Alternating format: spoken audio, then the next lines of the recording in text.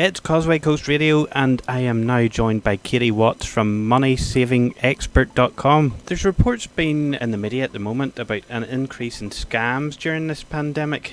Can you give us an idea of how criminals are doing this and how to protect yourself? Yeah, it's really disgusting and so upsetting to see, but criminals are sort of coming out of the shadows even more so than usual to leech on our financial worries and our health worries during this pandemic.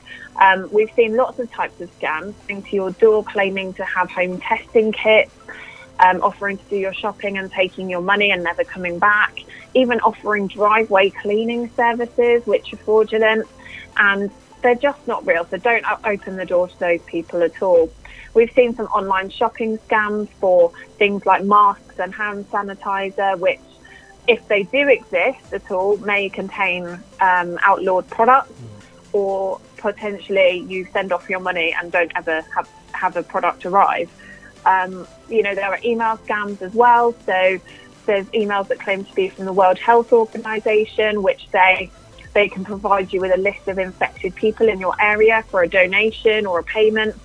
There are emails that are suggesting that you could make money very quickly, or rush you to move money or move your investments or your pension.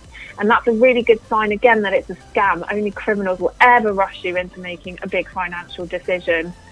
And the other thing is, you can sometimes get texts that look very legitimate, that appear to be from the government, and they're very, very clever. They can actually make them line up with that text message that we all got from the UK government.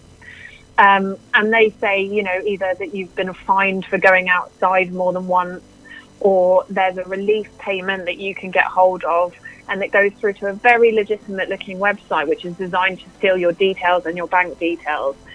Just be very, very wary.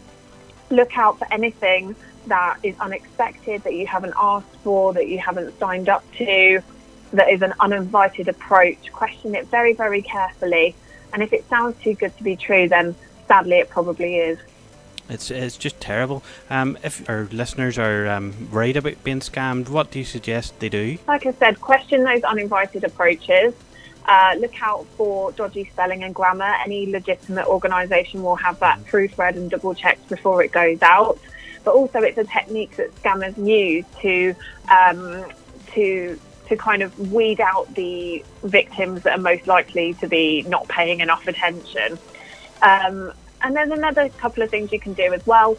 If you think that a message might be legitimate, then go away and independently research the number of that organisation or that bank and go and find out yourself.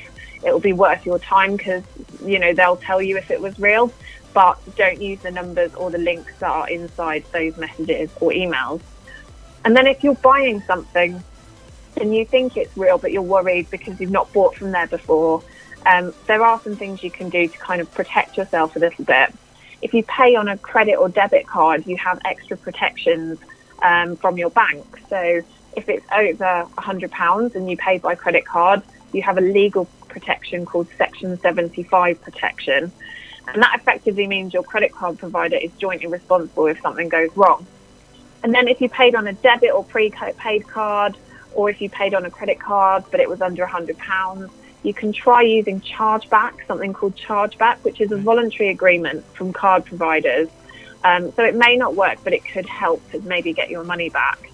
But like I said, with all of these things, if it seems too good to be true, stuff that's available that's really hard to come by right now, or promises of big, fast money, it probably is too good to be true. Katie Watts from MoneySavingExpert.com. Thank you very much for joining us on Causeway Coast Radio. Thank you. You're very welcome.